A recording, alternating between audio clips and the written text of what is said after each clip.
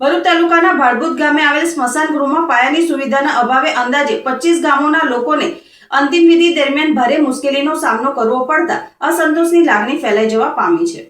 સ્થળની મુલાકાત દરમિયાન સ્મશાન ગૃહમાં મૃતદેહના અંતિમ સંસ્કાર માટે બનાવવામાં આવેલ ચિતાની સગડીઓ અનેક જગ્યાએથી તૂટેલી અને બિસ્માર હાલતમાં જોવા મળી હતી, જેના કારણે અંતિમ વિધિ દરમિયાન મૃતકના સ્વજનોને મુશ્કેલીનો સામનો કરવો પડે છે।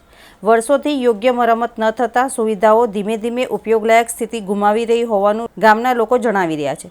સ્મશાન ગૃહમાં મૃતદેહને અંતિમ સ્નાન કરાવવા માટે પણ પાણીની કોઈ કાયમી વ્યવસ્થા ઉપલબ્ધ નથી, પરિણામે અંતિમ વિધિ માટે આવતા પરિવારજનોને પાણી નજીકના નદી કિનારેથી લાવવું પડે છે। શોકગ્રસ્ત પરિવારો માટે આવી પરિસ્થિતિ વધુ મુશ્કેલજનક બની રહે છે।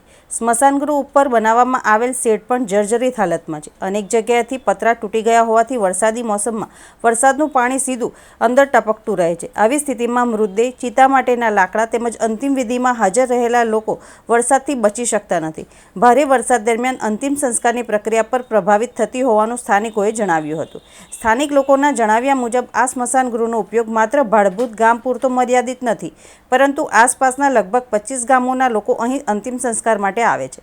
આટલા મોટા વિસ્તારની જરૂરિયાતોને ધ્યાનમાં લેતા સ્મશાન ગૃહમાં મજબૂત ચિતામંચ, શુદ્ધ પાણીની વ્યવસ્થા, વરસાદથી રક્ષણ આપવું પડે તેવું નવું શેડ, પ્રકાશ વ્યવસ્થા અને પાયાની સુવિધાઓ તાત્કાલિક ઊભી કરવાની જરૂરિયાત છે। સ્થાનિકોએ સંબંધિત તંત્રને સ્મશાન ગૃહની હાલતનું સ્થળ નિરીક્ષણ કરી તાત્કાલિક મરામત તથા નવી સુવિધાઓ ઉપલબ્ધ કરાવવા માંગ કરી છે। લોકોનું કહેવું છે કે અંતિમ સંસ્કાર જેવી સંવેદનશીલ પ્રક્રિયા દરમિયાન કોઈ પરિવારને અવ્યવસ્થા અને અગવડનો સામનો કરવો ન પડે તે માટે તંત્રએ આ મુદ્દાને પ્રાથમિકતા આપીને ઝડપથી કાર્યવાહી કરવી જરૂરી છે। સ્મશાનની એટલી બધી દયનીય હાલત છે કે જ્યાં ઊભું રહેતા પણ વિચાર કરવો પડે એવું છે। જો કદાચ ત્યાં ઊભા રહીએ અને કોઈ ઉપરથી બીમ પડે કે કોલમ પડે એવી પરિસ્થિતિ છે આ સ્મશાનની, તો જેમાં મૃત્યુ કદાચ કોઈ થઈ શકે, કોઈ હાનિ થાય તો મૃત્યુ પણ થઈ શકે એવી પરિસ્થિતિ છે આ સ્મશાનની।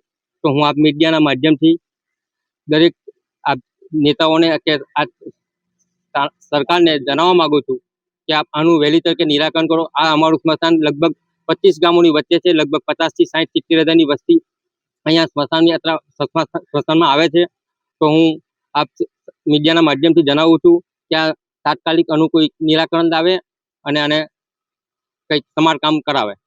સુવિધા કઈ કઈ છે અહીંયા? સુવિધા કઈ નહીં, સ્મશાનમાં કોઈ સુવિધા નથી। અને સ્મશાનમાં અત્યારે આપ જોઈ શકો છો કે જે ચિતા છે એની એક સાઈડનું સ્ટેન્ડ છે, જે ચિતા જલાવવા માટેનું સ્ટેન્ડ આવે ને એ એક સાઈડનું છે, એક સાઈડે છે જ નથી। આપ જોઈ શકો છો, આપની રૂબરૂમાં જોઈ શકો છો। તો એક સાઈડે કઈ રીતના એને આપણે ચિતામાં બેસાડવું? પાણીની પણ વ્યવસ્થા નથી, મોટર પણ છે તે હાલ બગડેલી હાલતમાં છે, નદીમાં જઈ શકાય એવું નથી। તો પાણી માટે ચિતાને કંઈક અભિષેક પાણી જે કરવું હોય તો કંઈ છે નહીં, અને ઉપરના પતરા બિલકુલ છે જ નથી। વરસાદ માતાજીની કૃપા છે કે વરસાદને જો અત્યારે વરસાદ પડ્યો હોત તો ચિતાને જલાવી જ બહુ મુસીબત પડી જાય એમ। તંત્રને અમારી માંગણી છે કે આનું તાત્કાલિક નિરાકરણ કરે અને આ 25 ગામોની વચ્ચે એક સ્મશાન છે તો એને અદ્યતન સુવિધાઓ બધી ઊભી કરે એવી અમે આશા રાખીએ છીએ।